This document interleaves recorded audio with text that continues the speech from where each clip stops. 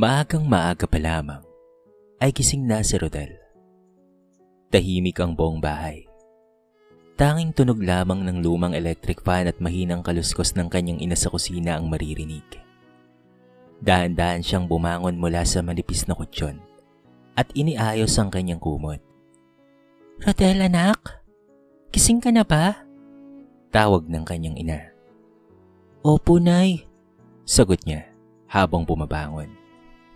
Paglabas niya ng kwarto, nakita niyang nakahanda na ang kanyang baon. Isang maliit na lalagyan na may ilang perasong nilagang kamote. "Pasensya ka na, anak, ha?" sabi ng kanyang ina habang inilalagay ang baon sa kanyang bag. "Ito lang muna ang naihanda ni Nanay." Ngumiti si Rodel. "Okay lang po, Nay. Masarap naman po ang kamote." Ngunit hindi alam ng kanyang ina na sa tuwing binabanggit niya ang salitang kamote, may kaunting kaba na nararamdaman si Rodel. Hindi dahil ayaw niya sa pagkain, kung hindi dahil alam niyang muli na naman siyang pagtatawanan sa paaralan. Sa kanilang bahay, ang kamote ay simpleng pagkain. Para kay Rodel, ito ay paalala ng pagsisikap ng kanyang ina. Alam niyang maagang gumigising ang kanyang nanay upang magtrabaho. Alam rin niyang minsan, hindi na ito kumakain para lamang masigurado na may maibaon siya sa paaralan. Kaya kahit simple ang kanyang baon, ipinagmamalaki niya ito. Pagdating niya sa paaralan, tahimik siyang pumasok sa classroom. Inilagay niya ang kanyang bag sa upuan at agad na umupo. Ngunit hindi pa man nagsisimula ang klase, ay napansin na siya ni Melchor, Carlos at Miguel. Si Melchor ang pinuno ng kanilang grupo. Malakas ang loob nito at sanay na sanay namang asar ng ibang estudyante. "Ay na naman si Rodel," nakangising sabi ni Carlos. "May bago ka bang baon?" tanong ni Melchor. Hindi sumagot si Rodel. Ngunit nang inilabas niya ang kanyang lalagyan ng pagkain, agad itong napansin ni Melchor. "Kamote na naman?" Malakas nitong sambit. Nagsimulang tumawa sina Carlos at Miguel. "Grabe, araw-araw na lang kamote, Rodel," dagdag ni Carlos. Tahimik lamang si Rodel. Binuksan niya ang lalagyan at nagsimulang kumain. Ngunit biglang inagaw ni Melchor ang isang peraso ng kamote. "Tikman nga natin kung pangmayaman na ba to?" Nagtawanan ng tatlo. Hindi kumibo si Rodel. Pinilit niyang ngumiti kahit ramdam niyang umiinit ang kanyang mga mata. Kinuha niya ang natitirang pagkain at tahimik na lumipat ng upuan. Sa buong araw, hindi na siya nagsalita ng marami. At nang makauwi siya ng bahay, sinalubong siya ng kanyang ina. "Anak, kumain ka ba ng baon mo?" Ngumiti si Rodel. "Opo, Nay." Hindi niya sinabi ang totoo. Hindi niya sinabi na may nang-agaw ng pagkain niya. Hindi niya sinabi na pinagtawanan siya. At higit sa lahat, hindi niya sinabi na sa araw-araw na lumilipas, unti-unti nang bumibigat ang sakit na matagal na niyang kinikimkim. Dahil para kay Rodel, mas madaling sabihin na okay lang ako, kaysa ipaalam sa kanyang ina na hindi talaga siya okay. Kinabukasan, mas maaga pa sa oras ng pasok ay nasa classroom na si Rodel. Tahimik siyang nakaupo sa kanyang upuan habang nagsusulat sa isang maliit na notebook. Luma na iyon at bahagyang punit ang gilid ng mga pahina. Ngunit maingat niya itong iningatan. Dito niya sinusulat ang kanyang mga pangarap. "Balang araw, gusto kong makatulong sa mga magsasaka." Yon ang nakasulat sa unang pahina. Mahilig si Rodel sa mga halaman. Bata pa lamang siya, ay kasama na niya ang kanyang ina sa maliit nilang taniman sa likod ng bahay. Doon siya natutong magtanim ng kamote. Para sa ibang tao, ordinaryong pagkain lamang iyon. Pero para kay Rodel, ang kamote ay simbolo ng pagsisikap. Alam niyang hindi madaling magtanim. Kailangan ng tiyaga, pag-aalaga, at mahabang paghihintay bago anihin ang bunga. Minsan, naiisip niya na parang kamote rin ang buhay niya. Tahimik, madalas nakatago sa ilalim ng lupa, ngunit patuloy na lumalaban upang mabuhay. Uy, ano yan? Napalingon si Rodel. Nakatayo sa kanyang harapan sina Melchor, Carlos at Miguel. Mabilis niyang isinara ang kanyang notebook. Wala, sagot niya. Ngumisi si Melchor. Wala? Bakit parang may tinatago ka? Inagaw ni Carlos ang notebook mula sa kanyang kamay. Baka diary niya. Baka may sinusulat na love letter, dagdag ni Melchor. Nagtawanan sila. Soli nyo na, mahinang sabi ni Rodel.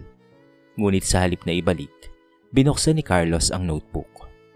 Napansin ni Miguel ang ilang nakasulat na pangarap ni Rodel. Gusto kong maging matagumpay. Gusto kong makatulong sa nanay ko. Gusto kong makapag-aral ng mabuti. Biglang tumahimik si Miguel. Ngunit hindi iyon napansin ni Melchor at Carlos. Wow! Sigaw ni Carlos. May pangarap pala ang kamote boy. Muling nagtawanan ng dalawa. Napayuko si Rodel. Hindi niya na napigilan pa ang kanyang kamay. Agad niyang kinuha ang notebook at tumakbo papalabas ng classroom. Pumasok siya sa comfort room at doon niya pinakawala ng mga luha. Hindi siya umiiyak dahil lamang sa pang-aasara. Umiiyak siya dahil kahit anong gawin niya, tila hindi niya kayang takasan ng mga salitang ipinupukol sa kanya. Pagkatapos ng ilang minuto, pinunasan niya ang kanyang mukha. Hindi ako susuko, bulong niya sa sarili. Nang bumalik siya sa classroom, napansin siya ng kanyang advisor. Rodel, okay ka lang ba? Mabilis siyang ngumiti. Opo, ma'am. Sigurado ka ba? Tumango siya. Opo. Ngunit alam ni Rodel na hindi siya talaga okay. At alam rin niyang hindi habang buhay niyang may tatago ang sakit. Sa kabilang bahagi ng classroom, tahimik na nakatingin si Miguel sa kanya. Sa unang pagkakataon, hindi niya nakita si Rodel bilang isang batang madaling pagtawanan. Nakita niya ang isang taong may pangarap. At sa araw na yon, nagsimulang mabuo sa isip ni Miguel ang isang tanong. Tama ba talaga ang ginagawa namin kay Rodel? Lumipas ang ilang araw, ngunit hindi tumigil ang pang-asar ni Melchor, Carlos at Miguel. Sa halip, tila lalo pa itong lumala. Kapag pumapasok si Rodel sa classroom, may maririnig siyang mga bulungan. Kamote boy, baka may baon na naman siyang pang magsasaka. Minsan, pinagtatawa na nila ang kanyang lumang sapatos. Kung minsan naman, ay ang kanyang kupas na uniforme. Pero tahimik lamang si Rodel. Sanay na siyang magtiis. Ngunit kahit ang taong pinakamahaba ang pasensya, ay may hangganan din. Isang Biyernes, nagkaroon ng school activity ang kanilang klase. Kailangan nilang magdala ng pagkain para sa isang simpleng sharing activity. Maagang nagising si Rodel ng araw na yon. Sa kusina, nakita niyang maingat na nagluluto ang kanyang ina. Anak, ito lang muna ang dalhin mo ha? Sabi nito, habang inilalagay ang nilagang kamote sa isang malinis na lalagyan. Maraming salamat po, Nay. Pasensya ka na anak ha kung simple lang. Ngumiti si Rodel. Hindi po simple yan, Nay. Pinaghirapan niyo po yan. Hindi niya alam na narinig iyon ng kanyang ina. Ngumiti ito, kahit pagod. Pagdating sa paaralan, maingat na inilagay ni Rodel ang kanyang baon sa mesa. Habang inaayos ng mga estudyante ang kani-kanilang pagkain, napansin niyon ni Melchor at Carlos. Ayun na, sigaw ni Carlos. Special guest ang kamote. Nagtawanan ng ilang kaklase. Napayuko si Rodel. Hayaan mo na, bulong naman ni Miguel. Pero narinig iyon ni Melchor. Ano? Kakampi ka na ba ngayon sa kanya? Hindi sumagot si Miguel. Kinuha ni Melchor ang lalagyan ng pagkain ni Rodel. Baka naman masarap talaga. Melchor, ibalik mo na, sabi ni Rodel. Ngunit binuksan ni Melchor ang lalagyan at inilabas ang isang kamote. Eto, tikman nyo. Baka ito ang pagkain ng mga future milyonaryo. Nagtawanan ng iba. Sa isang iglap, ibinagsak ni Melchor ang kamote sa sahig. Tumigil ang pagtawa ni Rodel. Tinitigan niya ang pagkain ilang oras na niluto ng kanyang ina. Pagkatapos ay tumingin siya kay Melchor. "Tama na!" Tahimik ang lahat. "Anong sabi mo?" tanong ni Melchor. "Sabi ko tama na." Nanginginig ang boses ni Rodel, ngunit hindi na siya umatras. "Hindi niyo alam kung ilang oras na nagtatrabaho ang nanay ko para lamang may maipakain sa akin. Hindi niyo alam kung ilang beses siyang hindi kumakain para lang may pambaon ako." Unti-unting namuo ang luha sa kanyang mga mata. "Hindi ko ikinakaya ang kamote. Ang ikinakaya ko ay yung mga taong ginagawang katatawanan ng paghihirap ng ibang tao." Walang nagsalita, ngunit sa halip na humingi ng tawad, napuno ng galit si Melchor. Itinulak niya si Rodel. Bumagsak ang binatilyo sa sahig. At sa mismong sandaling iyon, bumukas ang pinto ng classroom. Naroon ang kanilang advisor. Nakita niya ang lahat. At alam niyang mula sa araw na yon, hindi na maaaring itago pa ang katotohanan. Nang makita ng advisor si Rodel na nakahandusay sa sahig, agad siyang lumapit. "Rodel!" Mabilis siyang tinulungan ng guro na tumayo. "Melchor, Carlos, Miguel, sumama kayo sa opisina." Walang nagsalita. Sa unang pagkakataon, hindi nakangisi si Melchor. Nakayuko si Carlos, samantalang si Miguel naman ay tila hindi mapakali. Sa guidance office, tahimik silang nakaupo. Si Rodel ay nasa kabilang bahagi ng silid. Hawak niya ang kanyang siko na bahagyang namula dahil sa pagkakatumba. "Rodel?" Mahinaong sabi ng guro. "Bakit ngayon lang namin nalaman?" Hindi kaagad sumagot ang binatilyo. "Ma'am, ayoko pong magkaroon ng problema." "Pero ikaw ang sinasaktan." Napayuko si Rodel. "Mas gusto ko pong magtiis kaysa mapatawag ang nanay ko. Marami na po siyang iniisip." Napabuntong hininga ang guro. Samantala, hinarap naman niya sina Melchor, Carlos at Miguel. "Bakit niyo ginagawa to kay Rodel?" Walang sumagot. Maya-maya si Carlos ang unang nagsalita. "Nagsimula lang po sa biro, ma'am." "Biro?" tanong ng guro. "Nakakatuwa ba ang ginagawa niyo?" Tahimik si Carlos. "Kung ang isang tao ay nasaktan at patuloy pa rin kayong gumagawa, hindi na yun biro." Nanatiling nakayuko si Miguel. Pagkaraan ng ilang sandali, nagsalita siya. "Ma'am, mali po talaga kami." Tumingin sa kanya si Melchor. "Bakit mo sinabi yan?" "Dahil mali naman talaga." Biglang napatingin ang lahat kay Miguel. "Alam kong sumabay ako." Patuloy niya. "Hindi ako ang palaging nagsisimula, pero tumatawa ako. Nakikisali ako at hindi ko siya ipinagtatanggol." Tahimik na nakinig si Rodel. Pagkatapos ay hinarap ng guro si Melchor. "Melchor, ikaw ang madalas manguna. Bakit mo ginagawa yon?" Matagal siyang hindi sumagot. Ngunit nang tuluyang magsalita, nagbago ang kanyang mukha. "Hindi ko po alam." "Subukan mong alamin." Napahigpit ang pagkakahawak ni Melchor sa kanyang pantalon. "Sa bahay po kasi, lagi akong ikinukumpara sa kuya ko." Natahimik siya.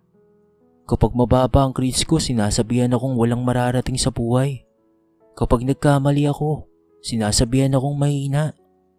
Huminga siya ng malalim. "Siguro gusto ko lang pong makaramdam na may mas mahina pa kaysa sa akin." Naging mas tahimik ang silid. Ang mga sinabi niya ay hindi dahilan para maging tama ang ginawa niya. Ngunit sa unang pagkakataon, naunawaan ng lahat na may galit na matagal nang dala si Melchor. Humarap siya kay Rodel. "Patawarin mo kami, Rodel." Hindi kaagad sumagot si Rodel. Pero maya-maya ay nagsalita na ito. "Tinatanggap ko ang paghingi mo ng tawad, Melchor," sabi niya pagkaraan ng ilang sandali. "Pero hindi ibig sabihin nun na makakalimutan ko na kaagad ang lahat." Tumango si Melchor. "Alam ko, Rodel." At doon nagsimula ang tunay na pagbabago. Hindi sa isang yakap, hindi sa isang simpleng salita, kung hindi sa pagtanggap na may nagkamali at kailangang matutong itama ang mga ginawa. Ngunit hindi pa alam ng apat na binatilyo na ang susunod na school project ang magbibigay sa kanila ng pagkakataong magsimula muli. Makalipas ang ilang araw mula nang mangyari ang insidente, hindi na tulad ng dati ang samahan sa classroom. Hindi naman biglang naging magkaibigan sina Rodel, Melchor, Carlos at Miguel. May mga pagkakataong tahimik lamang silang nagkakatinginan. May mga sandaling hindi alam ni Melchor kung papaanong lalapitan si Rodel. At si Rodel naman, kahit tinanggap na niya ang paghingi ng tawad, ay hindi pa rin basta-bastang nakakalimot sa mga nangyari. Isang umaga, pumasok ang kanilang advisor sa classroom na may dalang ilang kagamitan. Class, magkakaroon tayo ng project patungkol sa pagtatanim at healthy food. Nagpalakpakan ng ilang mga estudyante. Bawat grupo ay gagawa ng maliit na garden at magpapakita ng isang produktong maaaring gawin mula sa mga halamang madaling itanim. Nagkaroon ng grupo-grupo at dahil sa isang pagkakataon, napunta sa isang grupo sina Rodel, Melchor, Carlos at Miguel. Natahimik ang apat. Ma'am, mahinang sabi ni Carlos. Magandang pagkakataon ito para matuto kayong magtulungan, sagot ng guro. Sa unang araw ng kanilang project, hindi alam nila Melchor at Carlos kung ano ang kanilang gagawin. Samantalang si Rodel naman ay agad na nagplano. Dito tayo magtatanim, sabi niya habang itinuturo ang bahagi ng lupa. Kailangan hindi masyadong basa ang lupa, tapos kailangan may sapat na araw. Napatingin si Miguel sa kanya. Paano mo nalaman lahat yan? Tinuruan kasi ako ng nanay ko. Nagsimula silang maghukay at makalipas ang ilang minuto, pagod na si Carlos. Grabe, mahirap pala to, kesa mang-asar. Biglang natahimik ang lahat. Namula si Carlos. Sorry dagdag niya kaagad. Hindi napigilan ni Miguel ang bahagyang mapangiti. Unti-unting naging mas magaan ang kanilang pagtutulungan. Si Rodel ang nagtuturo. Si Miguel ang nag-aayos ng mga kagamitan. Si Carlos ang nagdadala ng tubig. Si Melchor naman ay tahimik na nagtatrabaho. Isang araw, habang nag-aalaga sila ng mga tanim, napansin ni Melchor ang mga kamay ni Rodel. May mga bahid ng lupa at maliliit na sugat. Ganyan din pa ang kamay ng nanay mo? Tanong niya. Tumango si Rodel. Mas maraming sugat ang sa kanya. Natahimik si Melchor. Nang araw ring iyon, nakita niya ang ina ni Rodel sa labas ng paaralan. Pagod ito, ngunit nakangiti, habang naghihintay sa kanyang anak. Rodel, anak! Lumapit kaagad ang binatilyo sa kanyang ina. Napansin ni Melchor kung papaanong iniabot ng babae ang maliit na lalagyan ng pagkain. May kamote tayo mamaya, anak. Sabi nito. Ngumiti si Rodel. Favorite ko po yan, ay. Hindi napigilan ni Melchor ang kanyang sarili. Naalala niya ang mga araw na pinagtatawanan niya ang baon ni Rodel. Ngayon, nakita niya ang katotohanan. Hindi lang pala iyon kamote. Iyon ay pagod ng isang ina. Sakripisyo, pagmamahal at pag-asa. Sa araw ng kanilang presentasyon, si Rodel ang nagsalita sa harap ng klase. Hindi lahat ng simple walang halaga, sabi niya. Minsan, ang bagay na minamaliit natin ay siyang bunga ng matinding paghihirap ng ibang tao. Natahimik ang buong silid. Pagkatapos ng presentation, lumapit si Melchor kay Rodel. Dati pinagtatawanan ko ang kamote mo, sabi niya. Huminga siya ng malalim. Ngayon, naiintindihan ko na kung bakit mo ipinagmamalaki yan.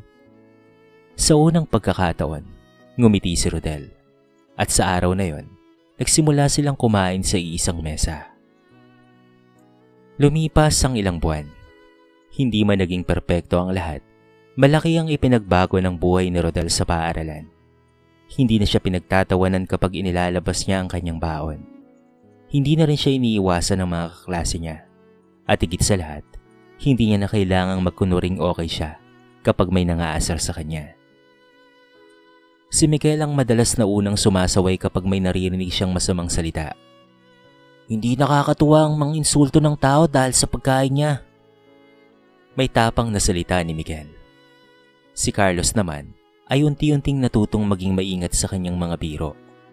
Minsan, siya pa ang tumutulong kay Rodel sa kanilang mga school project. Samantala, si Melchor ang pinakamabagal magbago. Hindi dahil ayaw niyang magbago, kung hindi dahil matagal din niyang kailangang harapin ang sariling galit at insecurity. Ngunit sa bawat araw, sinusubukan niya.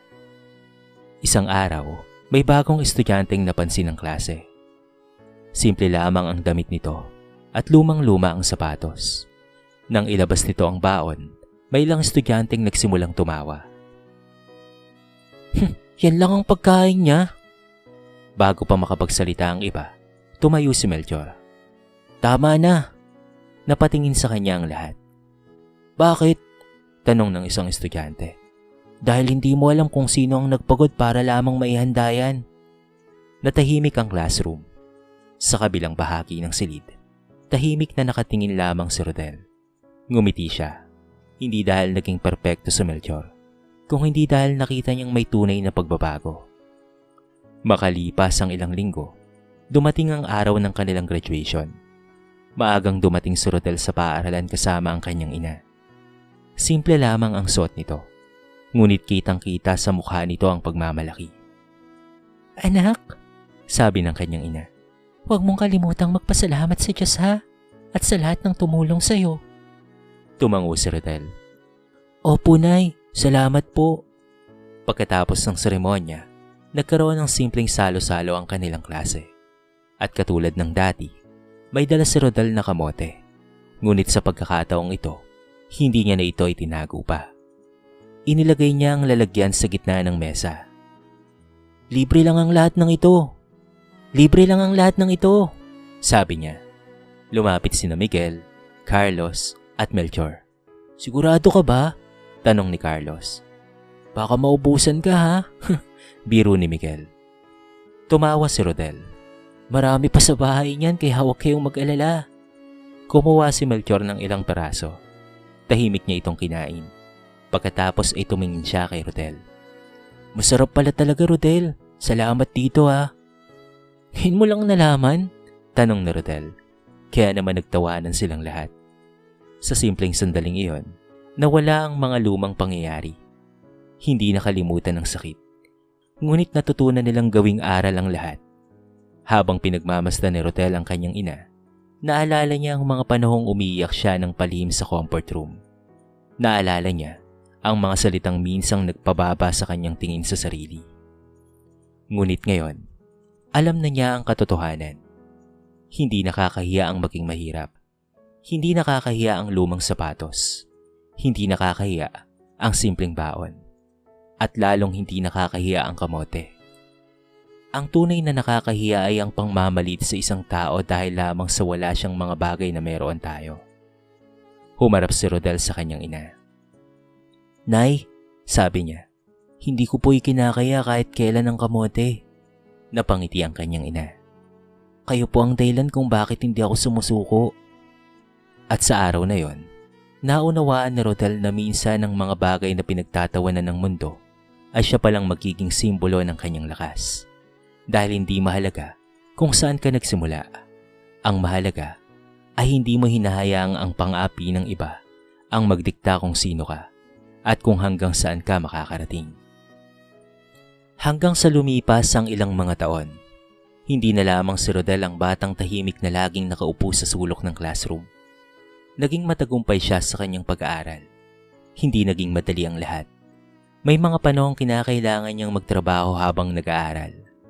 May mga araw na kapos sila sa pera. May mga pagkakataong gusto niya ng sumuko. Ngunit sa tuwing pinanghihinaan siya ng loob, naaalala niya ang kanyang ina.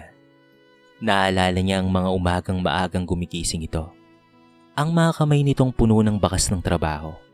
At ang maliit na lalagyan ng nilagang kamote na palaging inihanda para sa kanya. Kaya naman dahil doon, hindi siya sumuko. Sa paglipas ng panahon, natupad ang pangarap ni Rodel na makatulong sa mga magsasaka. Nakapagtapos siya at nagsimulang magtrabaho sa isang programang tumutulong sa mga pamilyang umaasa sa pagsasaka. Isa sa mga una niyang tinulungan ay ang mga pamilyang nagtatanim ng kamote. Hindi niya kailanman itinago ang kanyang pinagmulan. Sa isang interview para sa isang community program, tinanong siya, "Rodel, ano ang naging inspirasyon mo para piliin ang trabahong ito?" Ngumiti ang binata. "Ang nanay ko po." "Bakit?" Saglit siyang natahimik. "Dahil noong bata pa po ako, may mga taong pinagtatawanan ng baon kong kamote. Pero para sa akin, hindi yun simpleng pagkain. Yun ang pagkain na pinaghirapan ng nanay ko." Napangiti siya habang pinipigilan ng luha. "At doon ko po naisip na walang sino man ang dapat na ikahiya ang pinagmulan niya." Samantala, nagbago rin ang buhay ni Melchor, Carlos at Miguel. Si Miguel ay naging guro at aktibong nagsasalita laban sa mga bullying. Si Carlos naman ay natutong gamitin ang kanyang talento sa paggawa ng videos upang magbahagi ng mga kwento patungkol sa mga taong nagsisikap sa buhay. Si Melchor ay natutong harapin ang sarili niyang mga problema. Hindi naging madali ang kanyang pagbabago, ngunit natutunan niyang ang sakit na naranasan niya ay hindi dahilan upang manakit ng iba. Minsan, nagkita silang muli ni Rodel. Kumain sila sa isang simpleng mesa at tulad ng dati, may kamote sa gitna. Tumawa si Melchor. "Hindi pa rin nagbabago ang baon mo ah." Ngumiti si Rodel. "Hindi naman kailangang magbago ang lahat." Tahimik silang kumain at sa sandaling iyon, naunawaan nilang may mga sugat na hindi kailangang burahin upang maging bahagi ng magandang kwento. Dahil ang pinagdaanan ni Rodel ay hindi naging dahilan upang siya ay manatiling mahina. Sa halip, ginawa niya itong lakas. Minsan, ang taong inaapi ngayon ay siya ring taong magiging inspirasyon ng marami bukas. At ang isang simpleng kamote na minsang pinagtawanan ng ilan ay naging paalala kay Rodel na hindi mo kailangang maging mayaman para maging mahalaga. Hindi mo kailangang maging katulad ng iba para maging karapat-dapat. At hindi mo kailangang ikahiya ang iyong pinagmulan. Dahil maaaring yun mismo ang maging dahilan kung bakit mo mararating ang iyong mga pangarap. Ang kwento ni Rodel ay nagtuturo sa atin na hindi dapat husgahan o maliitin ang isang tao dahil lamang sa kanyang kasuotan, pagkain, estado sa buhay o pinagmulan. Ang simpleng baon na kamote ay hindi tanda ng kahinaan o kahirapan lamang, kung hindi simbolo ng sakripisyo, pagmamahal at pagsisikap ng isang ina. Ipinapakita rin ng kwento na ang pang-aapi ay hindi kailanman tama. Kahit sabihin pa itong biro, maaaring ang mga salitang binibitawan natin ay simpleng katatawanan lamang para sa atin. Ngunit maaari itong maging malaking sugat sa taong nakakarinig nito. Mahalaga rin ang aral na hindi dapat kumanti ng masama sa masama. Sa halip, dapat nating gamitin ang mga pinagdaanan natin bilang lakas upang maging mas mabuting tao at makatulong sa iba. At higit sa lahat, huwag mong ikahiya ang iyong pinagmulan. Dahil ang mga paghihirap na pinagdadaanan mo ay maaaring maging pundasyon ng iyong tagumpay. Hindi nakakahiya ang maging mahirap. Hindi nakakahiya ang magkaroon ng simpleng pagkain. Ang tunay na nakakahiya ay ang mga-api at maliit ng kapwa. Dito na po nagtatapos ang ating maiksing kwento sa araw na ito. Sana po ay nagustuhan nyo. At sana po ay kinapulutan nyo ng maraming aral. Kayo mga kabarangay, anong masasabi nyo sa ating kwento? I-comment nyo naman po sa baba ang inyong mga reaksyon at babasahin natin ang lahat ng yan. I-comment nyo na rin kung taga saan kayo para naman malaman ko kung hanggang saan nakaabot ang video na ito. Paki-like and share na rin po ang ating kwento para mapakinggan rin ng iba. At kung bago ka pa lamang sa ating channel, baka naman pwedeng pakihit ang subscribe button at bell notification button para palagi kang updated sa mga bago nating upload na katulad nito. So paano mga kabarangay? Hanggang sa muli. Thank you so much and peace out.